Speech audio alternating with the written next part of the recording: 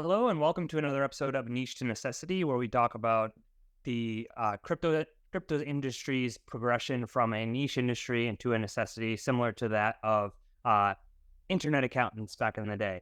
So today we have a special guest. We have Vijay Pravin. He is the founder and CEO of bitsCrunch, which is an AI tool that allows for on-chain analytics, specifically for NFTs, but also ERC-20 tokens and other information on chain. So welcome, Vijay. Thanks for having me today, Taylor. It's a pleasure talking to you. I mean, I've been following your pod for some time now, and then you have brought a lot of really good guests and shared a lot of really good alpha in here. Glad to be here and looking forward to the next few minutes of roller coaster conversation. Sounds great. Yeah. So, could you just give us a little bit of a background on your own personal journey into crypto? As in, when did you or how did you get into the crypto space, and what led you to create bitsCrunch? Yep. So myself, Vijay Pravin. I originally come from India, but then living in Munich, the city of Oktoberfest, they call, for the last 10 and a half, 11 years now. It's been more than a decade, so safe to say that this has become my second home. So yeah, I came here to do my master's degree. In the first place, I graduated my electrical engineering back in 2013, 2014. And after that, I worked for Volkswagen, one of the leading automobiles, and then Siemens. So it's two OGs in the Web2 space in Germany before I founded bitsCrunch with my friends and colleagues. And yeah, it's been close to 3 years now since we started. It's definitely a surreal journey. We have raised what more than $6 million from prominent VCs in the space, like Coinbase Ventures, Animoca Brands, Polygon, Chainlink, Hashkey Capital, Gate Labs, Crypto.com Capital, and the list of amazing cap table goes on and on. We have got the best in the best on the cap table, and we just recently recorded the fastest ever sale on CoinList history. So obviously, CoinList is a great name in the journey. So they have launched some amazing projects like Solana, Filecoin, Flow Blockchain, and having seen that, to be there uh, and to do the fastest ever sale on the CoinList history was so pleasing. So yeah, what we do is NFT analytics and forensics. I mean, we started with NFT analytics and forensics, but now we are moving beyond NFTs as a space. So think of it like a chain analysis and Dune analytics or Nansen, especially for NFTs to begin with. So yeah, that's what we do. That's great. That's a much needed tool in the space. I know that people lean on chain analytics tools, and to have something that's driven by AI, that's really awesome. So yeah, speaking on that, like the role of AI in crypto analytics, how does bitsCrunch integrate AI for NFT analytics, and what are the benefits of this approach? Yep. So like the name says, we crunch each and every bits of data behind a blockchain. So that's there goes the name and the meaning of the brand. So we started as an analytics firm. We then realized that there are a lot of scams, potential rug pulls, malicious activities happening in the space. So we wanted to safeguard the retail users, safeguard the institutions. As we saw a lot of interest from brands already, right? I mean, look at the space.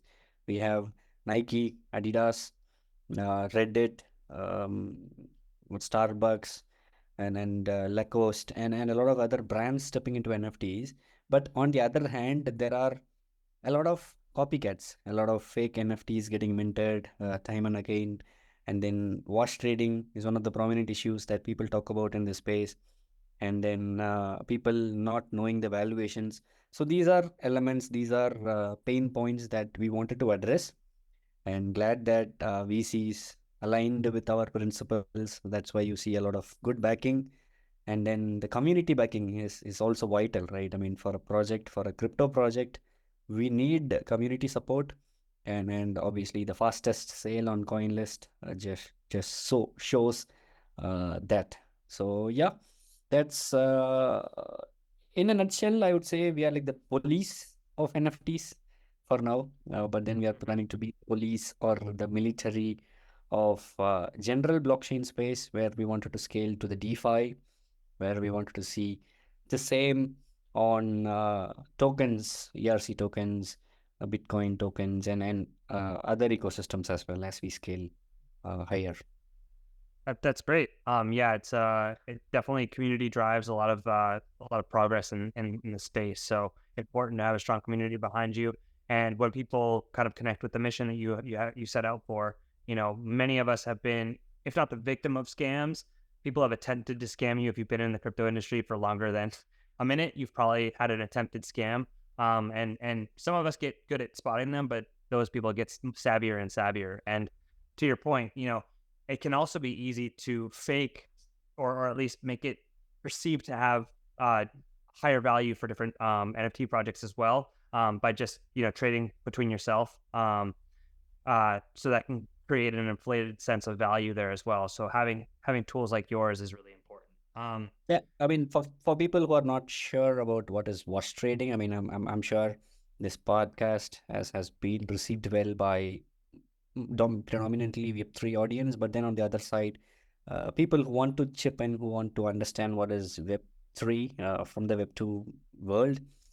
For them, wash trading is a phenomenon where people flip tokens back and forth. It doesn't have to be just multiple people. It can be single person who uses multiple wallets to trade back and forth NFTs just to artificially inflate and then lure someone else, right? Let's say if Vijay has multiple wallets, which is similar to what bank accounts are in the real world, and I take one NFT to the other wallet back and forth and then increase its price from $10 to $1,000 in a matter of time.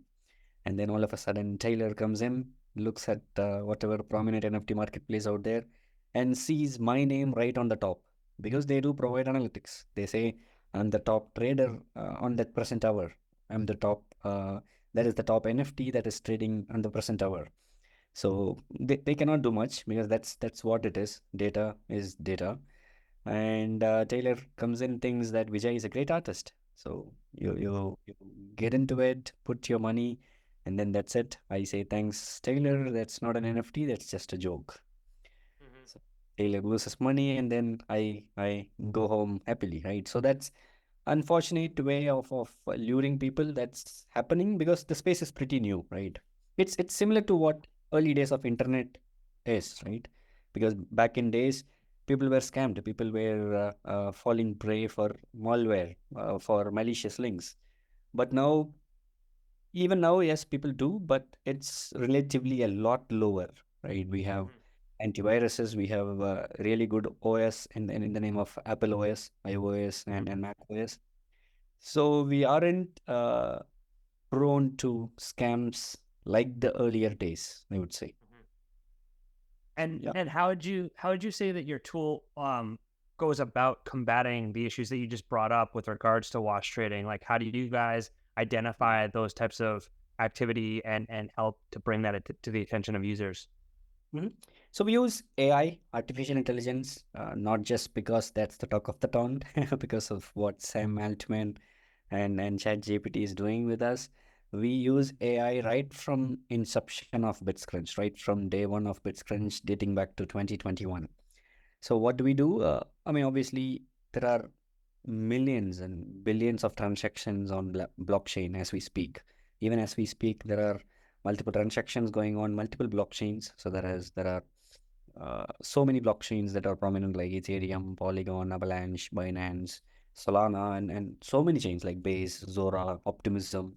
And then there are chains that are coming up every now and then, capturing the market. So obviously, to keep track of all the transactions, to manually validate, to check and verify these patterns, it's very hard. So rather what we do is we train the AI, we figure out certain patterns, we feed the computer, we tell them what it is, what is wash trading, what is potential wash trading, and then the AI gives results to back to us. And having people having seen the results of AI, I mean having seen what ChatGPT and DAL-E is doing with us right now, That's also when people started believing in patterns, in wash trading patterns. So today we have identified 11 patterns of wash trading. So from simple to complex patterns, and that's something that we also take pride in taking support from community as we decentralize things. Mhm. Cool. And is there like an appeal process? So if like let's say if someone gets flagged as wash trading, but it's actually legitimate trading, is there an appeal process at all, or where you can help verify that it was legitimate? Yes. So we also have a small manual process in-house in the team, inside the team, that we also verify. We have some certain cap levels, so we don't go into each and every transactions. Rather, we see larger transactions. We have a cap on volume and market cap. That is those are internal flags that we use. But as we decentralize, as we speak, we plan to bring community in, because today we are a team of what, 10, 20, or 30 people max, who say what is wash trading, what is not. But in the future, we want so many Vijays and so many Taylors from this world to say, okay, this is wash trade. I validate, I help validate that this is wash trade. And in the process, we also plan to incentivize those indicators, right? We Okay. have all these utilities on chain so that people can see who contributed to what. I mean, they don't see the name, they will obviously see the wallets. So we have staking, which is an obvious utility for token delegation. So anybody can come in and delegate their tokens on a particular node operator that they trust. And we have indicators. So today we are a team who decides internally which chain to go next. Is it Base? Is it Zora? Is it Optimism? That is something that we decide internally. But in the future, we rely on community. We rely on the DAO that says, okay, bitsCrunch, let's go to Optimism next. Let's go to Celestia next. So that is something that we take support from community as we progress. And then on the other hand, we have contributor role from the community that also involves what you just said. So we take help from them in validation of wash trading patterns for larger transactions.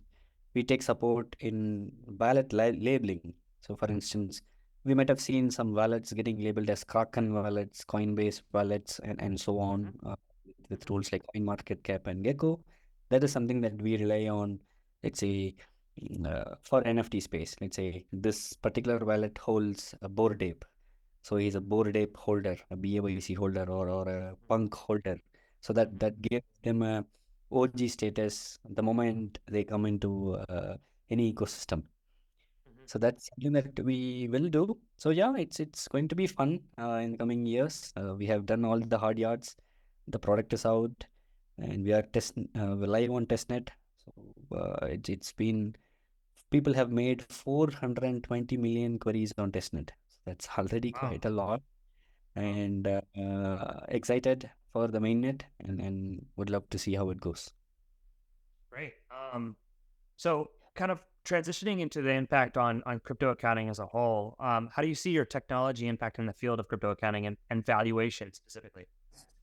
Yeah, so the valuation of an asset actually helps accounting softwares, accountants in general, because crypto accounting is still new, right? It's still Mhm. a old headache that people find it tough based on different jurisdictions, different geographies.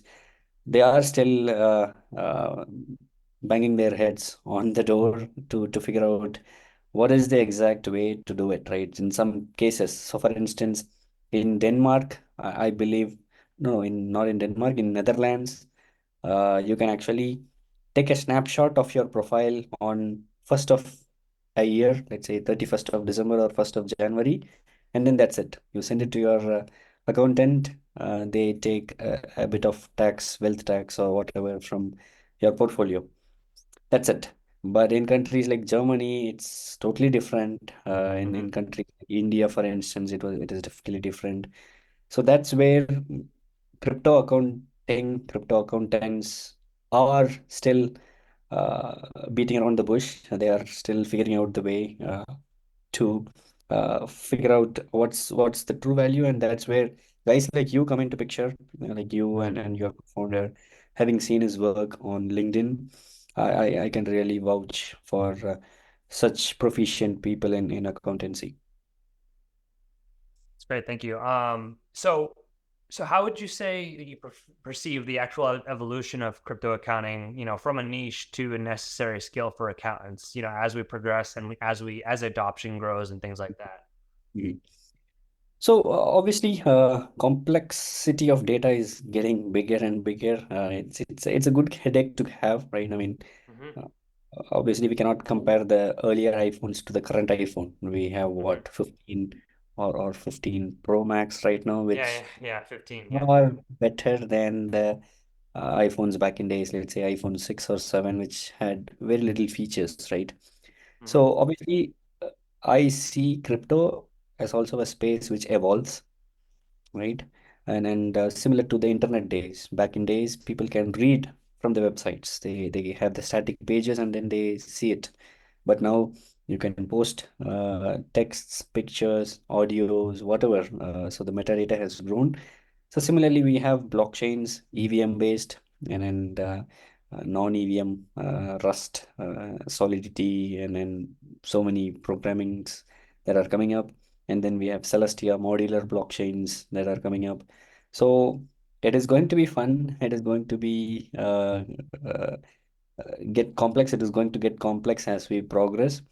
But then at the same time, people will start building their tax applications or figure out the way to account or show the holdings what they have, because there are multiple layers in crypto, right? It is not just about holding it or selling it or buying it.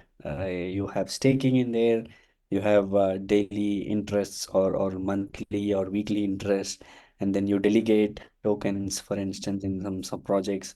You participate in DAO, you get something that accrues value overnight. You Hmm. become a millionaire, but then the next day you could potentially lose half of the worth. It's a wild west. It's definitely a wild west. So to and also claiming airdrops adds another complexity, right? In some Hmm. jurisdictions, they don't mind if you get it as a gift or an airdrop, but most of the jurisdictions they care about airdrops. They say it's like a salary. It's like a Hmm. gift. You have to pay tax.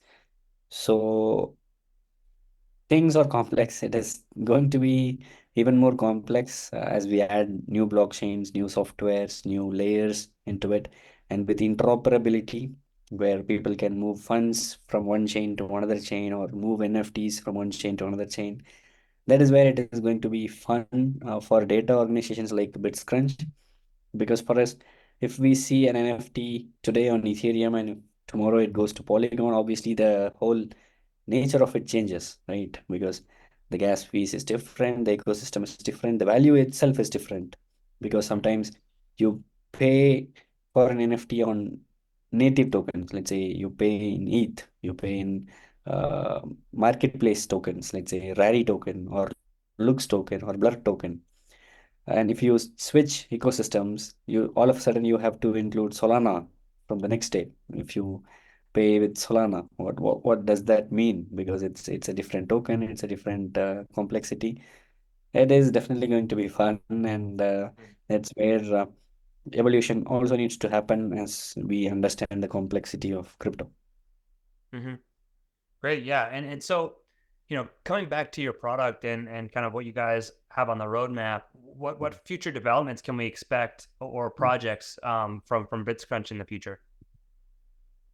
Anything around data. And so we plan to support A to Z when it comes to data. I mean, look at all the top 10 companies in the world right now in the Web2 world. Look at Google, Facebook, Microsoft just toppled Apple, like Apple, Meta, Twitter, Tesla.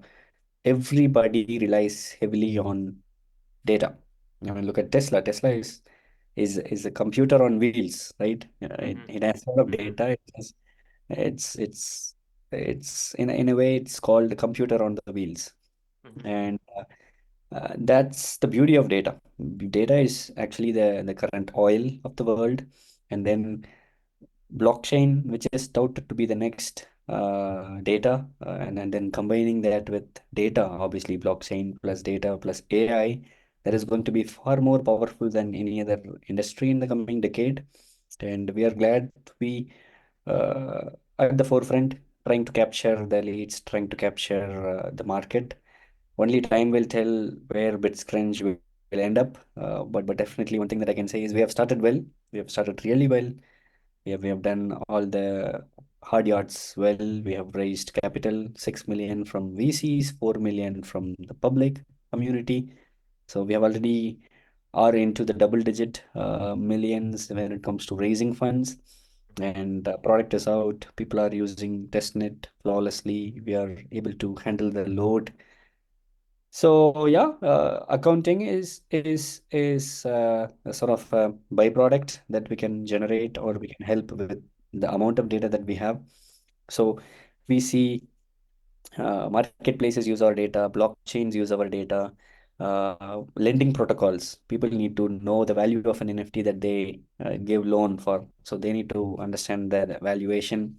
And you as an individual, let's say Taylor, who wants to know the portfolio's worth, you want to set alerts on, let's say, if your portfolio drops below 10%, are you going to sell? Do you smash a notification icon there? Or if your notification hits 30% above, are you going to sell it out, or are you going to hodling it? So Mhm. we are also catering to the needs of a retail user like you and me, Mhm. and obviously for accounting applications, for um, whatnot. So we plan to scale to the A to Z of the blockchain data space. So data in general is wide, and we would want to capture all of those as we progress. Very cool. Well, it's really great to hear about your product and all the work you're doing in this space. I think specifically on the valuation front, that's a major challenge for accounting professionals in this space. So I'm glad that you guys are helping to address that, and then also kind of helping to limit the kind of fraudulent or fake trading that's going on, or at least expose it. So, really a great pleasure speaking with you today, Vijay, and I really appreciate your time and appreciate what you're doing for the space. So, thanks again for joining us. Yep, thanks again. It was a wonderful conversation, like I said at the beginning, and I'm really looking forward to the outcome of this. Glad to share it to my community, and yeah, best wishes for the future. Thanks.